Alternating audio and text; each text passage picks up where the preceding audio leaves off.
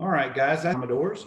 And the gentleman I have with me here, you guys have probably heard his voice many, many times. You may have seen him a little bit, but it's Chris Lee, an investigative reporter. I will call him that. Works for, has the VandySports.com podcast, works for Rivals.com, doing the Vanderbilt work, and many, many other things. I know I kind of butchered a little bit of the intro, but hopefully you guys know Chris, and I want to welcome you, Chris. Thank you for spending some time with us tonight.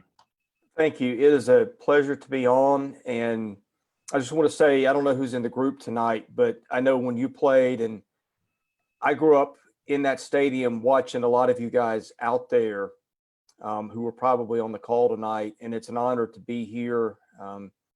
I think so much of the players who have played there. I know the sacrifices that you guys have made. I know the joy that you guys provided my family when I was growing up, and I really appreciate you having me on. It is an honor and a pleasure. Well, thank you, Chris. We as we get older, we appreciate more and more of the type of work that you have to do. When we were all playing back in the day, it was, I certainly was a very minor role player, but a lot of the guys who started and starred and were recognized, they came in a lot of contact with the reporters and investigative journalists, and whether it was TV or print, what have you. But as I get older, I appreciate more and more how difficult your job can be, as opposed to just flying in there, getting a quote and getting back out. I don't know many people who can frankly, I think you really have to have a love of sport combined with the love of writing and able to do your job as well as you do. And it certainly shows in your passion and in what you do. So thank you for all that you've done and continue to do. Thank you. Writing is a passion of mine. Sports have been a passion of mine. I was never a good enough athlete to play at a competitive level. I was kind of small in high school, so didn't play ball, but have always loved sports. Grew up in Hendersonville. And so I grew up with season tickets to games for football and basketball. And that was really a staple of my life. Now, as a journalist now, my job is to do a job, right? And so I'm not here to promote a program or to unnecessarily spit on one either. Your job is to call it as you see it and try to do as a journalist. But I will say that one of the reasons that I do what I do and that I've stuck my neck out at times is because I do appreciate what you guys go through. And I have made friends with several former players, good friends in some cases. And I know sometimes how much people are up against if you play there. I know the challenges. I know that when you are a student, when you're a football player, the schedule alone, even if you don't have class, is demanding, right? But then you have class on top of it. I know everybody on campus is not always supportive of sports. Some are.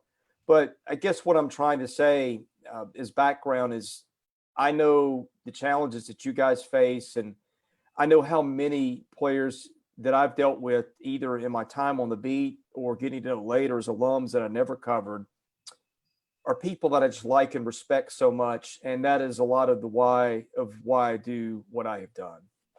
Well, your passion certainly shows in what you're doing. But before we jump into that, I really need to pause. As most of you know, we've lost a Commodore this week, Thon Anderson. It's been reported by many. Died this week. I don't know any of the particulars. Thon played, I believe, from 83 to 87. I happened to be there for 2 years as Thon's teammate. Thon was just, he was an outstanding athlete, but an even better guy. He was such a friend. He'd knock your block off and then he'd pick you back up and tell you to go get him the next play.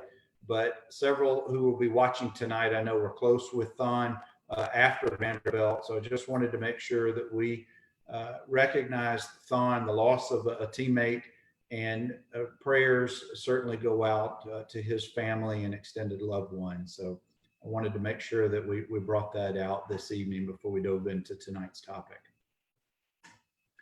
Well, we do have a few Commodores who've rolled in, Chris. We've got Corey Harris, Coach Gene Wyndham, Kenny Cole, among others. We've got several folks who say hello and welcome you. And one of the things, Chris, I know that with no sports and since March, we were headed into what we were hoping to be the defending national champions championship run again this year for the Vandy boys, and I know how much you enjoy them, like I do, like most of us do. But give us just a brief overview. We don't have to go too deep into this. What has kept you busy doing what you do when we don't have sports? I know we all know there's a lot going on campus with the athletic department in Kirkland. We'll get into that. But how do you fill your days when there's no sports to report on? Well, right now it's doing some searching for freelance work because we don't know how long this is going to last. You know, most of us have taken a hit to our bank account. So that's one thing that I have done a little bit, is just try to branch out into some other things. And we'll be doing some college basketball stuff soon. So that's one thing. But I knew when this first happened, which was back in, I guess, mid-March, there was a sense right away that this could keep us on the shelf for a while. One of the things that I decided to do, and it was a lot of fun, you know, the blessing of a pandemic sometime, not that I'm glad that it happened, because a lot of people suffered, and you know, it's hard for all of us, right? But you make a decision to try to make something of it. And one thing that I enjoy doing is reminiscing and rating things and looking back on things and breaking them down. And so I started the site in 2003, and I decided to do a Vandy Sports 100, which was the 100 best players I've covered in football, basketball, and baseball, counted down from 100 to 1, did a 25-man honorable mention. I'm not sure I got it right, but it was interesting to do, and I put a lot of time into it, and really didn't take anything for granted. As I researched, I discovered there were some players that were better than I remembered. You know, in a lot of cases, had done some things that I'd forgotten about. And so that was a lot of fun putting that down. That took about 3 months of my time, doing 2 most days during the weekday. And also our kids got sent home, of course, and I've got a 6 and a 9-year-old. Yeah. So sometimes I would be assigning homework and working on those profiles, but that was a lot of fun. And that was a way that I not only got through 3 months, but I also did something that was just something that I enjoy doing. And so if people want to go to our site or Google it, it's the Vandy Sports 100, and every bit of it was free. So if you want to go back, and that was a big debate in our war room, is, well, you butchered this ranking. This guy was too high. This guy was too low, which is all fine and good. That's part of the fun, is the discussion and giving something to distract from. But that was a big part of what I've done, was try to find something to do that could bring us together and give some discussion. Unfortunately, after a while that runs out, and you start looking into other things, but that was sort of my plan. And I think that's one of the most fun things that I've done since I have done this. And Chris, what years did you cover in the 100? 2003 to present. Well, I'll bring it up now on behalf of myself and my family. You don't know this, but you're off the hook, because I was obviously well before that time period, because otherwise we'd have had family members searching through the kidding, of course, but no, I read it with so much pleasure. It brought back so many memories, and I'm speaking on behalf of a lot of people. Thank you for doing that. Those things are so much fun. There's so much debate when those things come out, but you know what the best thing is it brings back great memories. Yeah. And it puts me back into a time and place. Oh, I remember that Jordan Matthews catch. That was so awesome. Or I remember this play by Dansby, or whatever it was. It just takes you back to a place, a good place. And I know that's part of why you guys did that exercise. So that was really fun. Yeah. Well, I also want to mention OJ Fleming, one of my buddies in the Nashville or Wood area. OJ is very active on our site. It's good to see him. I knew it wouldn't be long before he popped in tonight. But Chris, let's get into the area that you've really been focusing on. I know it's given you a lot of headache and a lot of heartache, but it's stuff that we want to hear about, the good and the bad. We've all seen in the last 2 to 3 weeks, at least 10 members of the athletics communication department, I think, is that the right name of the department? We're all given their pink slips, some immediate and some in early September. And it looks like that Kirkland, and I'll just call it Kirkland for that purpose, has taken over those types of communications, which, much to all of our bewilderment, what in the world is going on and why? So I know it's not a single specific question, but it's just kind of an open-ended one for us to just kind of start talking about this a little bit. So I guess I'll just turn it to you if you just want to start heading down one of the paths. Yeah, the thing that Vanderbilt did, if people don't know, is it disbanded its entire media relations communication staff. I think when most of you guys were in school, Rod Williamson was the head of that department. If any of you played within the last 20 years, Larry Leathers was the football contact for that. And of course, these are the guys that we call if we need to interview Tim Corbin or to get a quote for something. When I go to practice at 6:30 in the morning, on the spring practice day, Larry was the guy who would coordinate interviews. I'd say, hey, can you bring me Ken Seals or whoever? And Larry was the guy that would get that. And they're the ones that write the media guides and put out the media notes and do a lot of stuff on Twitter. And I don't think a lot of people really gathered the significance of that. And there was some, well, so what? Who cares? They'll just replace them. Let's hear the plan. I think from a media standpoint, what they did was about like the Titans saying, because what Vanderbilt has said was that they were going to let people interview for the jobs again if they wanted to. Well, Andrew Pate last night took a job at the University of Houston.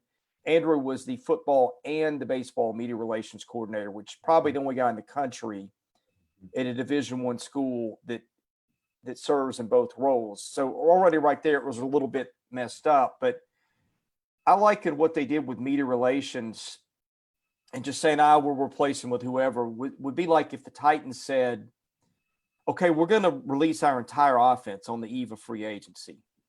We're going to let Derrick Henry and everybody go, Taylor Lewan, and we'll find 11 guys. These guys can come back and try out for their jobs. Some of them might make it, some of them not. I liken what they did with media relations to that. There's a reason that nobody tries something like that. I think the decision was one that came from Kirkland Hall. I think they have wanted to get control of the message for a while for reasons I don't fully understand. But I think there's been an attempt from the university to try to rein everything in and control the communication. And I would just point you to the wonderful work that the baseball video folks did. And baseball's Twitter account has more followers than all the schools' sports accounts and the university's Twitter account put together. They did all those outstanding videos. All that work, all those people are now gone. So not only do you have to replace the skill, but you have to bring in people that understand baseball and what's significant and what's not. Honest to God, I don't know why you do that. They put out a video the other day of a swimmer sitting there just talking on an iPhone. And the message was, I swim here at Vanderbilt. I'm a female. I want to go into corporate finance and break this glass ceiling for females in corporate finance, which I'm not really sure exists based on what I hear. But I think the messaging is going to be more like that, and it's going to be less about sports, is what I suspect. We have a new chancellor, we have a new AD, but these are not new theories. These are not new things that have been talked about. They've been talked about for decades. But do you think it was a coincidence this came in and was done within a month or 6 weeks or whatever it was from when Candace was officially announced and when our new chancellor was announced, or do you think it was planned that way? The background I have done on this is about a year ago, maybe more. Malcolm Turner was approached with this idea of disbanding athletics communications and centralizing it into Kirkland Hall. And Malcolm told him, no, that's not how you run an athletic department. So the seeds were sown for this a long time ago. Again, it's just not something that most people would do. I don't know why you would ever do anything like that. If your intention is to run an athletics department the best you can run it, but that's what I know. You know what it sounds, and this is not an original thought to me, but if you're going to stay as a member, an active member of the Southeastern Conference, probably the most prolific conference, granted it's a bias on our part, and you're going to get all of that money annually, you have to act as if you're expected to be part of that conference. And I don't know to the extent that the commissioner in Birmingham, Commissioner Sankey, has communicated with Candace or the school, or if there's any issues, or are they just hands off? Have you heard of any such communications or concerns coming out of the SEC for what's going on with the athletics department? Officially, no. Unofficially, what I hear a lot is just people look at them and say, "What are they doing?" and scratch their head. And I think that's the reaction that most of us have. Mhm. Gosh, we have a defending national champion in one of the three major men's sports coming out of the SEC, and two-time in the last 6 years. And when you don't have a social media dedicated, I mean, you or Seabass, somebody may have mentioned this, but going to football, how do you get all of those profiles done in time for a media guide when the people at Kirkland or whoever's supposed to be doing this probably has no idea that that's even done? Or are the employees who've been kicked out being told, "Hey, give us all your stuff so we can now take over what you're doing"? I'd be curious to hear from maybe a former employee or something like that. Well, as you can guess, a lot of the sources I used in my story needed to remain anonymous for some reasons. But if you notice, there was a good bit of background on that. I did talk to people that were very familiar with that work. And I think the common thing that I heard was I don't think that Kirkland Hall and those folks have any idea how much work is involved and how much expertise. Like some of the things that those people do is they actually, in addition to doing the media, and they have to score the tennis matches and things like that. So there's a certain level of familiarity with sport that's required. The thing that I wonder is, okay, opening day is coming up a month and a half from now, right? Mhm. There's a lot of work done in preparation for the season, but assuming we're going to be in press boxes, which is maybe a wrong assumption, I don't know, but there's a lot of work there to do. And the thing that I said on one of my shows is the talk has been that the SEC is looking at an 8 or 10 game schedule, which would mean they would get rid of all the non-conference games. So let's say they reshuffle the conference schedule and LSU comes into Nashville as the defending national champion. Well, on September 7th or whatever that Saturday is, let's say you've got us to take care of and you've got a whole contingent of national and regional media. You want to stick folks on that job that have never been in a press box? That's a lot to bite off. Gosh, it sure does. It's just frustrating as an alum of the school, as a student, as a ball player who put in 4 years of the work. But the sad thing is, for me, I graduated in '90, so I've been around the program and following the program, over 35 years. Is it just seems, other than a few years when Coach Franklin, who I didn't see eye to eye with, and I didn't think he'd stay there very long, and Coach Johnson before him had some success, but those are few and fleeting years. It just seems, Chris, and I don't know if I'm speaking on behalf of a lot of the players, some of whom are watching now or not. I hope they comment. It just seems like as we go through each year, it's a very similar frustration, and it doesn't give the former athlete much incentive to want to jump in and to get proactive about this. And the reason why I say that is we've all heard different interviews with different former players from sports, some of whom are quite recognizable, Will Perdue being one. I know that Luke Wyatt, one of our buddies, and he's been on my show, he's been on yours, has been quite outspoken. But I don't know if there is a magic way for the former student athletes to do something about it. And has anybody approached you or given you thoughts or ideas of what former ball players and people, part of the athletics department, not just football, but any of the sports, could or should do to get somebody's attention? Well, I've said this many times. It is pretty astonishing to me how little they care about what most people think. One common complaint that I hear from alums is, and I've had people that have given seven figures to the school that say I'm irrelevant to them. I might as well be invisible. that they care of a group of about 20 to 30 mega donors. And beyond that, I think that the school's agenda is pretty well out in front of people. You can go on the website, you can read mission statement, you can read all their press releases. I think it's pretty evident that the school, for better or worse, has taken a very different direction than when most of you went there. It's a very different place. Somebody commented to me the other day, whose daughter had gone there and graduated within the last 6 or 7 years. And he said to me, he said, you know, my daughter said to me, I think I got out at Vanderbilt there at the right time, because it just doesn't seem like it's a lot of fun anymore. And it's changed so much. And there's a feeling the golden age in terms of the student experience has passed by.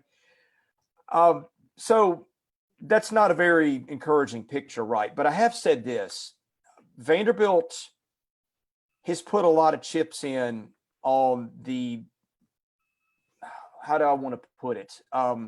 Diversity and those sorts of things, which, look, Vanderbilt stands on the right side of a lot of things. And I don't want to disparage a lot of that. Like, I thought what it did with Perry Wallace, that's a wonderful story. I would also say if Perry Wallace had never played a minute or had scored 2 points, how much will you know about Perry Wallace? I don't know. Part of his legacy was that he succeeded in spite of what he did. But that seems to be the direction that the school, where its bread is buttered. And I've said this to many people. I think what would make a difference, this may be the only thing that's left, is a group of former players en masse going to the school and saying, we need more transparency. There's a lot of stuff here we won't stand for, that we won't like. And you do it politely, right? But I think that a minority-led effort, and certainly within the football team, there's a lot of you out there that would be great representatives. I think that is where the effort would probably be best led. And one of the things that's really troubled me in this, Bernard, you look at where a lot of minority athletes are at Vanderbilt, and they're in basketball and football. And one thing I constantly hear from people behind the scenes, and this has been true of a lot of parents, is they don't really like how their kids have been treated. It's not the experience where I think kids necessarily get treated with the respect and the dignity that they deserve and that all of us deserve, right? And these aren't entitled squeaky wheels. These are people that I've gotten to know that are hardworking people, that don't demand things. They just want a fair chance and a fair shake for the kids. And that's one of the things that's concerned me. I think there's a big disconnect in how the school advertises itself and how it actually treats a lot of its student athletes. And frankly, I've learned some things very recently that are appalling. Well, for those of you who listened to Chris's podcast, I think it was this past week or the week before, you noted that you had found that really some of the facilities are substandard right now. Particularly, it's a Division I Southeastern Conference school and university. There should be bare minimum standards found, but dealing with showers and food and air conditioning not being there. And that's not my experience when Roy Kramer was our AD. I'm not saying that this is the cause because of whoever's in leadership, but that's where you have to start. And you have lots and lots of people who are in Candace's corner and love the fact that she was hired and what she's starting to do. And then you have others, and I'm sure this is with any hire, who are saying she's over her head, she was rubber stamped, and it just was a foregone conclusion. Vanderbilt was going to put in a person of minority in that position. And I know you've done a lot of research with this, and it's just, I don't know, you have to start looking at the top of leadership. And what are you hearing? I mean, are these players sharing this with you, or are these part of the program, or how? I mean, I'm not asking you to give up sources, but I'm asking, how do we see, or where do we hear or see this?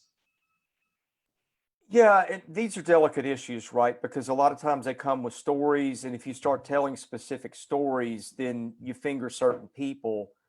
And one of my concerns is that I tweeted this out. I said it in the podcast that I did last Friday. One thing that I've been told is that the air conditioning had been out in the weight room the entire summer. I'd also heard that the food was substandard. I heard it got bad enough to where parents were catering meals for their kids, having caterers come and fix them food because they couldn't. And look, there's food quality is one thing, but it's also in terms of trying to train as an athlete and get ready for the season. I mean, your nutritional requirements may not be what they are for a 110-pound girl on campus. So there's that element of it too. The showers are not working in the locker room, which I think, okay, I said that wrong.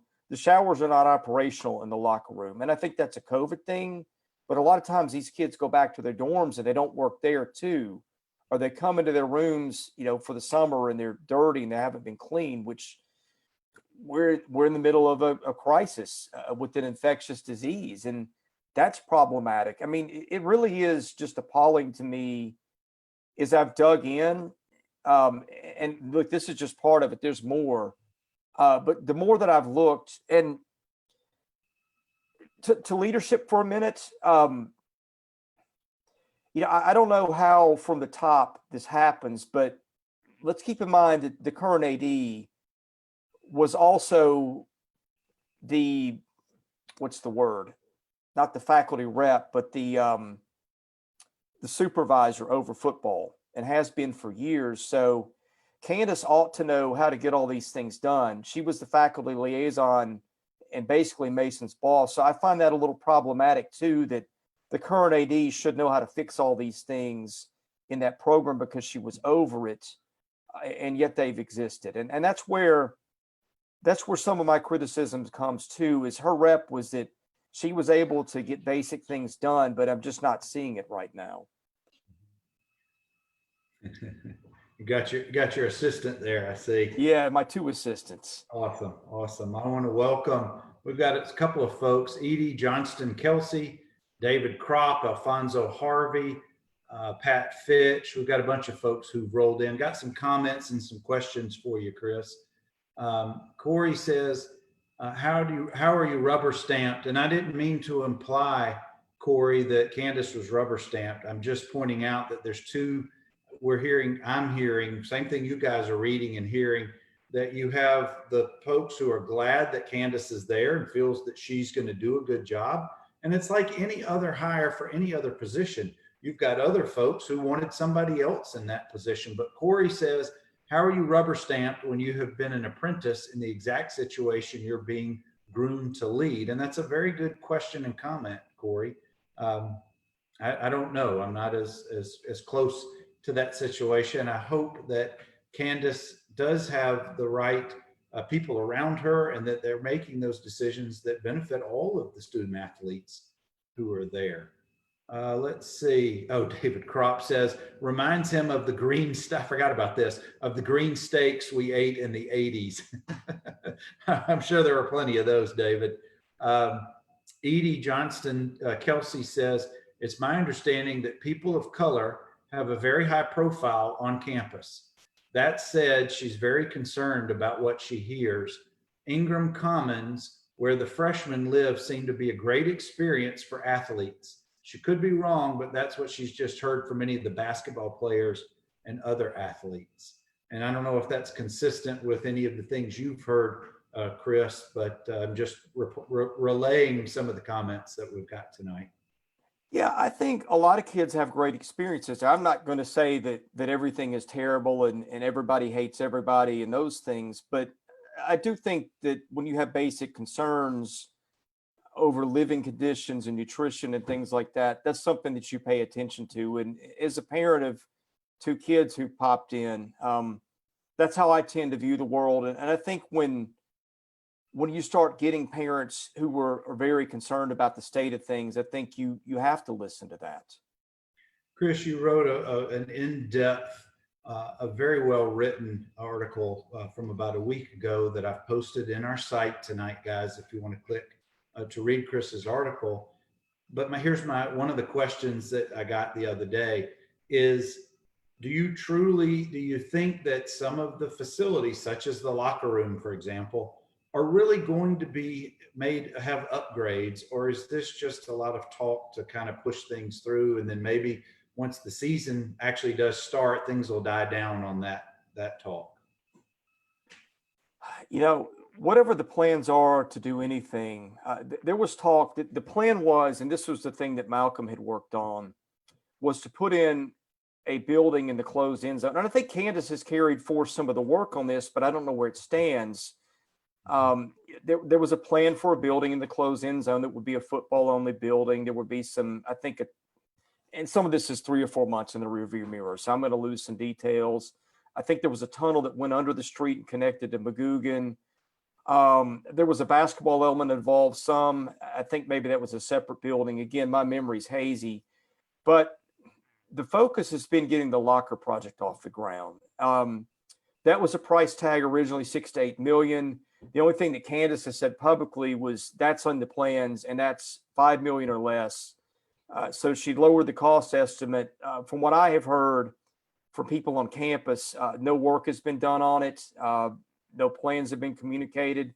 Now, I'm not saying they don't exist because I don't know, but for all I know, that's the talk of what was going to be done. But there has been no start date set on that. And from what I've heard, that's been kicked back a while. I don't really know in terms of grand plans. And look, I've given them a lot of opportunity. Hey, let me know. And you can watch the videos at the end of the article. You can hear 8 of the questions that I've asked her in a press conference setting. I have given her a lot of opportunity to shed a lot of light on processes and plans and things. If I ran the school, I think I would choose to get out in front of that a little bit and give people something to be excited about at a time where the morale is down, but that's not how they've chosen to operate for whatever reason. And so the focus of the effort seems to be on that locker project. And I call that a locker project and not a locker room project because those are portable pods and they could move those, and those were going to be moved out of where they were going to be put, where the locker rooms are now, and into this football building when it's completed, if it's ever completed. So that's what I know. That seems to be the focus of the next thing they want to do, but that's not been launched. I think you may have just addressed this and it got by me, but have you been on campus in the last several weeks? Have you seen any activity of anything being done? No, but I've had people check, and it's a consensus that there is not any evidence that anything is getting started. And going to, I want to skip, I don't mean to skip around, but with the season coming up within the next month or so, have you heard of any, I guess, concrete information that they may move the season back a few weeks? Is there any talk along those lines?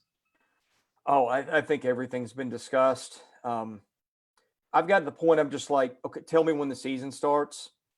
Because there's been so many plans floated. There's been talk of a 10-game conference only season. There's been talk of an 8-game conference season. I don't know where they settle. I don't think they know where they'll settle. I think the next week to 2 weeks will be when a lot of those decisions are made. And probably a lot of that depends on infection rates and things that are just really hard to predict right now. Well, I don't know about Tennessee, but Alabama is still very much a hotbed. We have not done a good job of flattening the curve or really doing much social distancing. Now, granted, we have access to the beaches and things like that, but it just doesn't seem like we're taking it as serious as many other countries. I mean, I'm sure you saw the news where Toronto in the country of Canada told the Blue Jays for the baseball season, you can't play here. We don't want people, players and personnel from the hotbed cities in the United States to come here. So the Blue Jays have not, they don't have a home right now. And I don't mean to get far afield from our topic, but it's still very much an issue for all sports, not just for collegiate sports, but for all sports. But I do want to switch just a little bit and talk about the basketball program. Despite the pandemic, despite all of the obstacles, it seems like Coach Stackhouse is putting together a pretty good recruiting class again. Have you been on top of any of that or seen any of the recent news? Well, I think he's starting to get in on better players than he got in on. I didn't think his class that's coming in to campus now, it's not up to SEC standards. No, look, he hasn't been on the job long, and I get that. I think it is encouraging to see him getting in on some top 100 type kids. The question will be whether he can close. But I was asked about this day, at least they have a full roster now, and that's going to be an improvement alone. Mhm.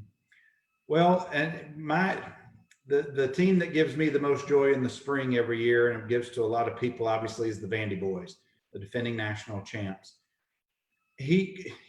Coach Corbin, really does not seem to have any slowdown on the caliber and the type of student athlete that he brings to that campus. Whether it's Kumar Rocker, Jack Leiter, you go on and on and on, he brings the top talent every year. Now, despite all of the adverse news that's been going on with the Vanderbilt sports programs, or I call it the athletic department as a whole, he seems to be able to bring in those guys every single year. And here's my question.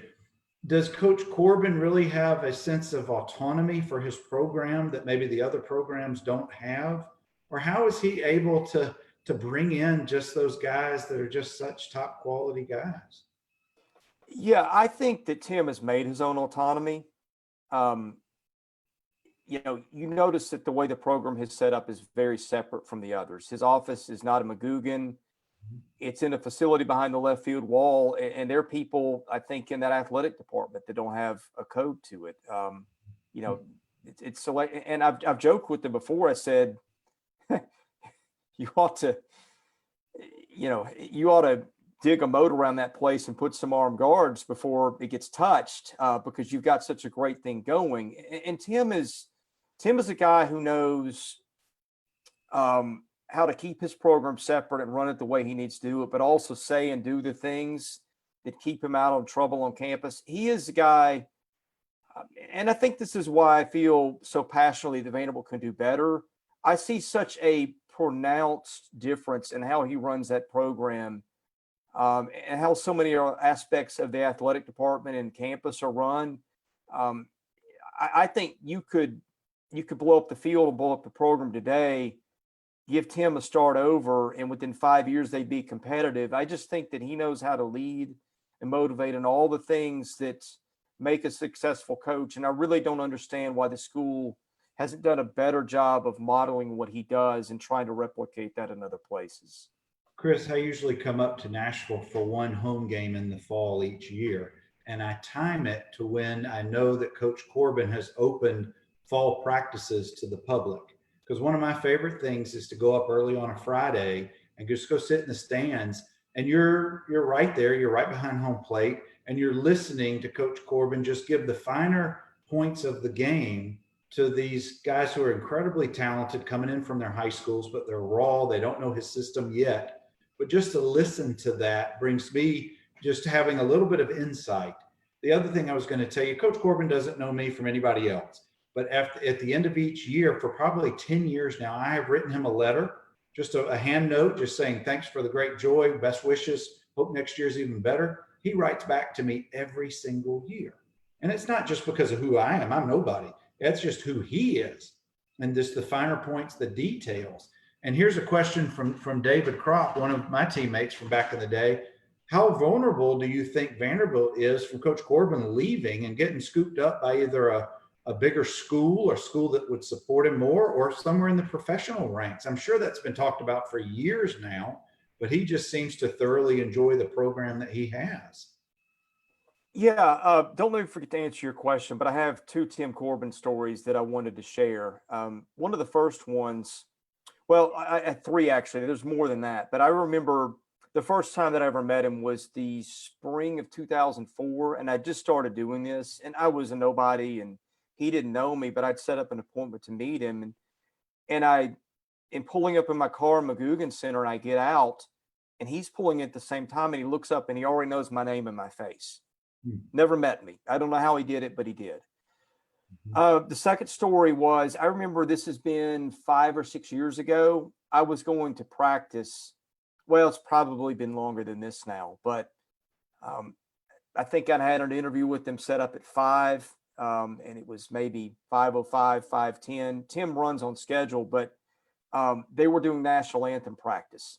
And I guess something had not gone up to his standard.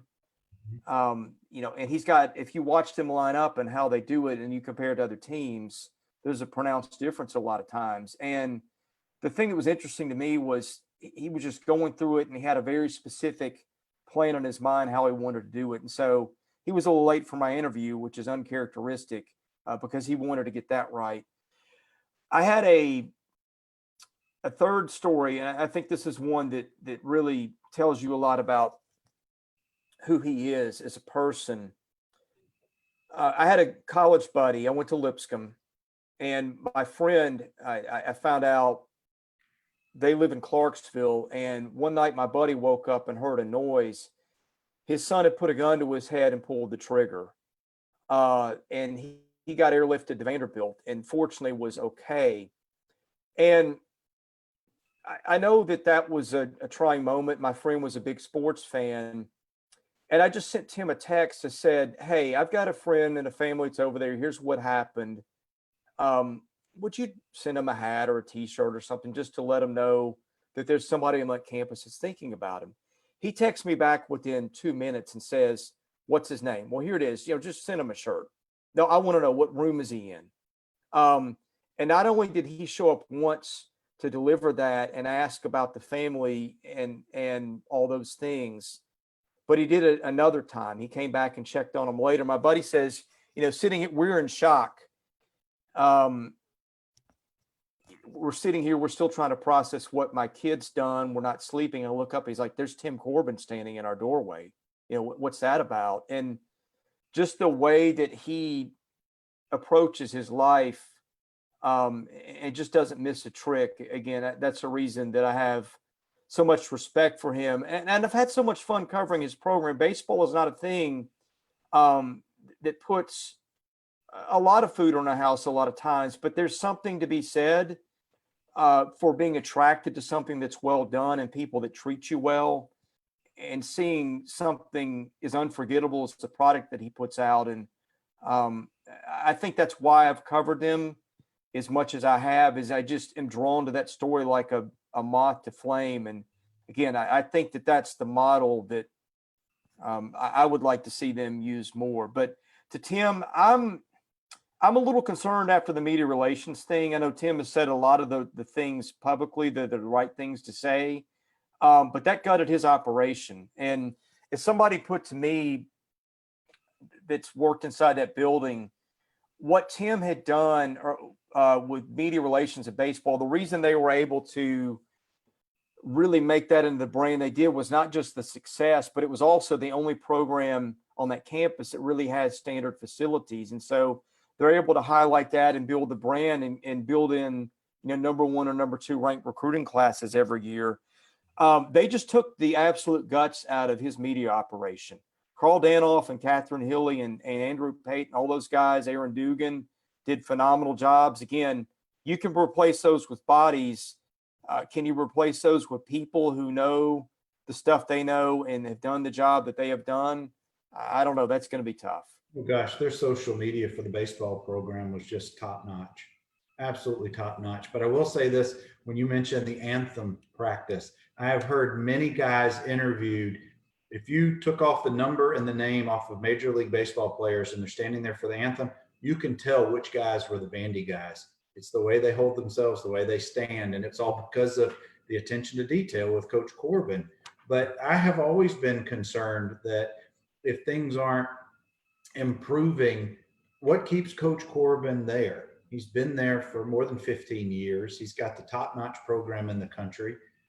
Maybe he just prefers to coach and to teach on that level as opposed to the professionals or other big programs. I don't know. I hope he retires there many years from now, but I just have always had that concern. But anyway, Chris, we're getting close toward the end of our conversation this evening, and I sure appreciate your time and your passion and your insight.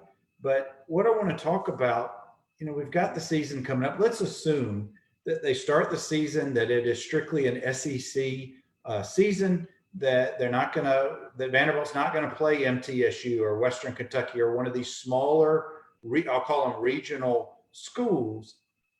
Realistically, we might have a 2-win or a 3-win season. I don't even know if bowl games have been taken off the board or if that's even really a concern this year. Sadly, I say that, but the morale, that's what I want to ask about. what kind of morale do I have if I'm a Vanderbilt incoming player? I know we're going to have a new quarterback or a couple of guys who will end up contributing this year. Maybe you try to block all of that out because that's maybe the only way you can succeed or attempt to succeed. But I don't know, have you been around any of the student athletes to that extent or heard anything that there's anything other than they're just trying to go to school and get better and get ready for the season? Because for me, there would be some sense of some doubt in my mind. Yeah, I think that this has been weird for all of us, right? I think the enthusiasm among a lot of the freshmen and new players is they're still pretty green. And you know how this was when you played. You go in, you think you're going to be the class that changes everything. You don't know how things operate. You're just excited to be there and play in football. And I do hear that from a lot of the freshmen. I actually thought that Derek Mason did a pretty good job after the season they had in terms of closing their recruiting class. I think landing kids like Donovan Kaufman, who a lot of people wanted, that was encouraging. I was very impressed with Ken Seals when I saw him in spring practice a couple times. I thought it's practice and it's controlled, but I thought the poise and things that he showed, I thought those were positive. I think there's a couple of kids in the team, and Logan Kyle and Diego LaMonica, who come in on that side of the ball that have got the chance to help them right away. So, I think that this is kind of a common story I hear. I think that everybody comes in feeling excited and feeling they can change the world. And then they get into junior year, senior year, those kind of things. And you have professors on campus that sometimes will go out of their way to let them know, you don't belong here. You're a football player. You're losing games. You're in a stands where there's 25,000 Georgia fans and 8,000 Vandy fans. And I think it gets harder as you go. I think the trick is when you're your third, fourth, fifth year, keeping your focus. I kind of get the impression in talking to people that that's probably a pretty good jumping off point without knowing how everybody feels for where they stand in terms of morale right now. One of the things that was not around back in our day, way back when, is this transfer portal. And for the older guys, it can be very, very frustrating to see that the younger generation, without knowing the specifics about that particular student athlete situation, you hear an announcement that X player is in the transfer portal. And Vanderbilt certainly has had their fair share leaving this past year. And they've also, I think, picked up a few players. What are your thoughts about the transfer portal? Do you like it? Do you think it's a good thing, or is it just something that gives the kids too easy of an out if they don't like their situation? Well, this is where we get into opinion, and this is just where I am. I like things that generally give kids more freedom. If something's not working out for you, whether that be your major, whether that be they've stocked up a quarterback, and the kid in front of you is going to play in the league. Then I like the chance to be able to, we live in America, right? It's founded on freedoms and those things, and coaches can leave at any time. So I tend to think I'm in favor of less restrictive measures. Now, look, I know you have to be sensitive to what coaches build. And if you lose 30 players at once, it's hard to recover from that or something crazy. But I tend to think if a school is treating a kid right and he's happy with his experience, which includes the degree, the ones that do that well are the ones that are going to keep players. And then you have in baseball, right? You have the kids where the experience is good. And, you're the 13th man on a roster of pitchers where you got 3 or 4 first rounders and some top 5 guys. And maybe you're happy, but if I'm going to make this work from a baseball standpoint, I'm going to have to get on the field. So I'm generally in favor of it because I think it just allows an easy separation for people when that's best for one or both parties. And it really is part of the existence and the experience of the modern athlete. Gosh, no, there was no social media. Gosh, we didn't even have cell phones when I was there. But here's my next, and we've got 2 more questions I want to ask you, and I appreciate you hanging in here with me for a while. Is so many of these kids, and I say kids, they're 18 to 21 or 22. A lot of them are completely focused on social media. They want to start branding themselves through social media. But the reality is a very small percentage of them are going professional in their sport. Some of them may not even care. They want to pivot that into to become some other type of brand to do X, Y, or Z, whatever it is. My question is, from what you've observed over the last few years, does that interfere with the true potential being reached of some of these athletes? Are they so preoccupied, or do they have the ability to put it away when it's really time to focus on what they need to be focusing on?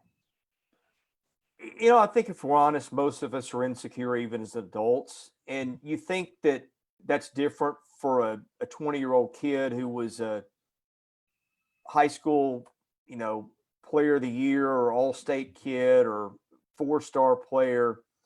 And you learn that's really not the case, right? You have a lot of things in society. You have addiction is at an all-time high.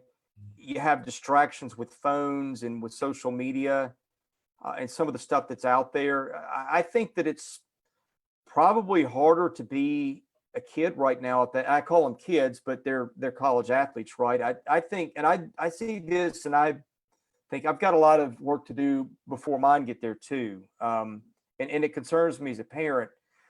I'm rambling here, but I have that concern on one end. I also have the concern on the other end. The kids are adults and they've got to learn to make their own mistakes. I think the NCAA a lot of times has coddled them. I think this is why I really have championed athletics on that campus, because I think it's a great way for kids to come in and learn how to deal with the world. To sit up at a press conference when you threw a pick six on the last play of the game that cost your team the game, it stinks, right? But it's a life lesson, and it's making you grow up. And those are the things that stretch us and push us. And I think that where Vanderbilt's really missed the point, and I'm sorry to hijack your question, is I think the potential for experience there with playing against the best of the best on the SEC Saturdays and the world-class education. I just think the school sometimes sells itself short in its own vision. And I think that's why I've been so critical of it at times, is to see what this place can be. And you see pockets where it's worked for James Franklin. You see what Tim Corbin has done. And I just sit on the outside going, man, I talk to all these bright, mature, thoughtful kids, and there's a story to tell that's not going to get told when you don't have the stuff there to make your program competitive to the way it should be. Well, before we let you get out of here, and we're going to end on a high note here, I want to welcome Jody Jones, Dwayne Jones, Billy Smith, Mike Metzger, Larry Leathers. So several other folks have rolled in the last few minutes. You've been around the program 16, 17 years, or am I selling you short? It started in January of 2003. Okay, so 17 plus years. And you're going to hate this question, but here's my question. I want you to share with us some of your best in-game, on-field memories from sporting events that you've attended that really have kind of solidified your love of sport, and you were glad you were there the day you saw what you saw. Goodness, how much time have you got? I'll just give them to you as they come to me. Yeah. I think one of the first ones was going to the 2008 Music City Bowl. And at that point, I've covered the program from 03 to 08. Give me 2 seconds to say goodnight to my son. Yeah, go ahead, Chris. Go ahead. Guys, while Chris is saying goodnight to his kids, I want to tell you who we've got coming up. Let's see. Next week is T. Banks, then Cody Markell, John Gromos, and then I'm hoping to get Larry Woody at the end of August. So we've got a bunch more of these lined up. But go ahead, Chris. Yeah, and I remember, I covered the program, and I guess the first 3 or 4 years I did it, they're 2-9 or 2-10, and there's a sense that you're watching writers come in the press box from Auburn and Alabama and places where they're covering bowl games and doing things like that, and you're like, man, I'm out here living in a different world. And I remember, I'll never forget going up the elevator to the press box at LP Field or whatever it was then, and just thinking this is one of these things that's going to stick in my mind, and it does. Basketball, I remember being at the Sweet 16 when Georgetown beat Vanderbilt, the Jeff Green travel game. Just how that group grew and developed through the year. And I remember they get beat by Appalachian State right before Christmas. And Kevin Stallings is thinking he might be out of a job. And watching Derek Byers and Shane Foster, two kids that I really liked, just take the bull by the horns and really get them. Should have been doing Elite Eight. I remember I'm staying up in New Jersey. I go to the game the next day, and North Carolina blew a big lead late. Georgetown came back and won and went to the Final Four. I'm thinking, that game was right there for somebody to win. What might have been? Gosh, baseball, I have so many. I remember watching that '04 team, and for years I would cover Tim's program. It'd just be me and him after games. And there wasn't anybody else much out there. And so I got to see that from the ground up. There's a book on that one day I'd like to write, and I might. But I think that '04 season, seeing them get to Charlottesville, wasn't able to go. But seeing them do what they did and get to a super regional. And then 3 years later, I remember going to Houston for the College Classic to open the '07 season. They're playing Baylor and Arizona State and one other team I don't remember. But I remember they rolled through that and go 3-0. And I think within a week or two, they were ranked number one in the country. Watching that grow overnight, watching them get to the College World Series for the first time, being there the night at Hawkins Field where Aaron Westlake hits 3 home runs, and watching them steamroll Oregon State. That's one of my favorite games. That's one. I think my favorite memory ever, though. And I'm going to kill myself because I'm going to be asleep at night, and I'm going to think of, man, there was this story, this game that I saw that was just that's something that I'll never forget. But I think first, the Donnie Everett thing for its own reason. That was something that just, if you're there and you watch it and you see the look on those kids' faces, you never forget it. As a side note, going out to the SEC tournament every year, when I saw the 41 etched into the stadium wall, that got me. When I saw that really got me. That was incredible. Yeah, I think seeing that whole 11 team, and I'm sorry I lost my train of thought when my son came in, as 6-year-olds tend to do. But I think I remember being so happy for Tim in 14 because he'd just gone through that 13 season where they're 26-3 in the league and, just no hiccups all year, and they don't make it to Omaha. And I think at that point, he's still carrying around the baggage of 2007 where they're number one all year. To see them win it in 14, I was just so happy for him personally. And then I was really happy for that 19 team because that's a team that drug around the Donnie Everett memory and kids that stayed for another year. And just the way that team got after it every day and really only had one bad game all year, one or two, maybe Austin Peay and maybe game 3 of that A&M series. There was another one in there. I mean, we could sit here and tell baseball stories all night. I won't subject you guys to that, but so many things. And again, that's why I think that's why I have a lot of passion for what it is I do. And the words that are critical are not meant to tear people down, but to say, hey, I've seen you guys do this in a better way and they'll get after it. And that's the place where a lot of this comes from. Well, I hope you keep doing it. I hope you keep your investigative journalism going, keep informing us, because there's, as Pat Fitch just said, communication is always the key. And if you're not getting answers that should be answered, well, why aren't you getting those answers? And I appreciate you sharing your insight with us. I know this is a little different audience than normal for you. You've usually got the mid-state or beyond mid-state, and it's the Joe fan, what do they call them, the sidewalk alumni, as well as the other alumni. But who you're talking to tonight are the folks from within the program, and we all wanted to hear from you tonight. So I appreciate you being candid and sharing all that with us. Thank you for having me, and God bless all of you. Well, guys, as always, I try to do these every Thursday night at 7 p.m. Conversations with Commodores. As I said earlier, we've got these lined up. We're going to keep going through the fall. I've got a whole bunch of other folks I'm trying to get lined up. But y'all be safe. Please continue to use common sense. Even if you don't like to do it, please wear a mask. Don't do it. If you're not doing it for yourself, do it for someone else out there. But y'all have a good night and anchor down.